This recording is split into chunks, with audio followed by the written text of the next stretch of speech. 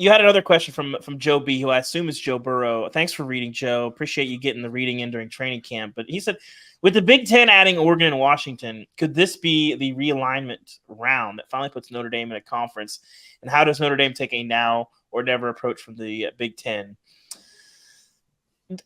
Pete, I'll tackle this, and you tell me if I'm wrong.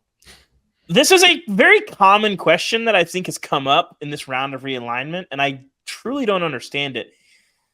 I don't think anything that's happened affects Notre Dame football in any real way. I truly don't see it. If Notre Dame wants to do whatever they want to do tomorrow, they can do that, and that's probably not going to change. This is the luxury of having probably the biggest fan base in college football and the biggest TV draw. You're the only school that has a real TV deal that you can sort of live with. I think Texas, there's always that thing thrown around, but they've never actually done it. BYU did it by force for a while, but was after not long was trying to beat their way into the first conference they could get into and did that in the Big 12.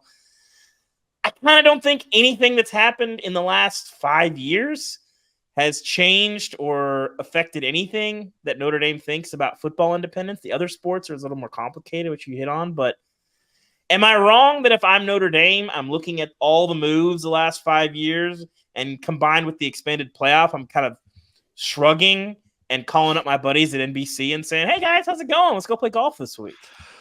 Yeah, I think mostly correct. I think that Notre Dame probably looks at the just insanity of the last week and says, wait a minute, you want us to voluntarily associate with you people? Like, are you crazy? Like, you're joking, right? So I think it makes independence more attractive from you get to make your own decisions.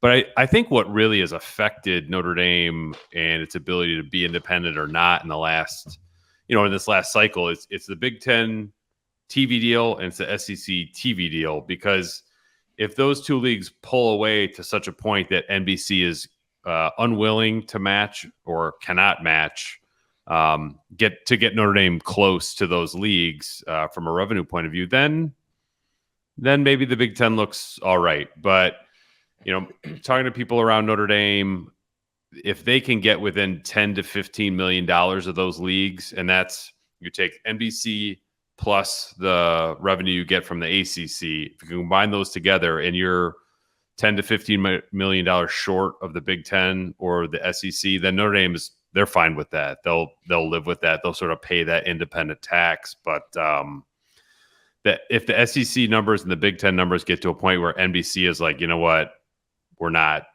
in this game anymore, then I think Notre Dame could be in some trouble. But if NBC is willing to pay for the Big Ten, and that money is going to Northwestern and Iowa, you would think they would be willing to come up and have more money go to Notre Dame, which is just a better property overall.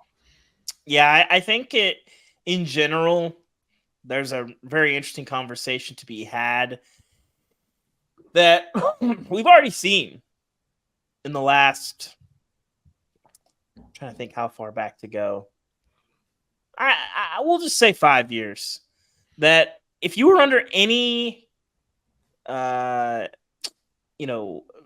misgivings that there was any sense of loyalty in college sports when it comes to conference affiliation, that it's a little bit naive. And I think that as you sort of start continuing to claw around for money wherever you can find it, I mean, the contraction conversation, I think, got a lot more interesting after this weekend, because you talk to different administrators in different places.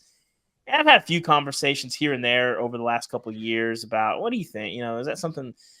And nobody's really willing to really talk about it.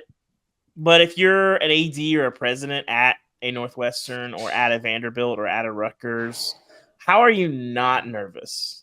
How do you not know that, hey, at some point, like if the Big Ten all of a sudden is $12 million, $15 million, that gap is growing between the Big Ten and the SEC, and you're Vanderbilt, how do you know the knives aren't going to turn on you and say, hey, if we just kick them out, we could split up their $60, $70 million share between all of us? Right. Like, that feels like a question of when, not if. Yeah, and it's like for the Big Ten in particular, if you come to Notre Dame and be like, all right, we're going to, Notre Dame can be viewed as a Chicago school. It can be viewed as a New York school, depending on how you want, where your geographical alignments are. Really, Notre Dame is rooted in both. So Notre Dame could get you both markets. And, in that world, if you're Northwestern, if you're Rutgers, like, what are you bringing to the table at that point? Because Notre Dame can probably replace both and then some. So, yeah, I would be a little leery of that if I was an also ran in some of these schools that maybe is just like not really a cultural fit. I don't think like IU or Purdue are in any trouble, but if you don't have any athletic history to speak of at all, then what are you bringing to the table when what you need to be bringing to the table is not just a win for Ohio State or Michigan or Penn State. You got to be bringing in 65, 75, $85 million of value. And certainly those schools are not doing that.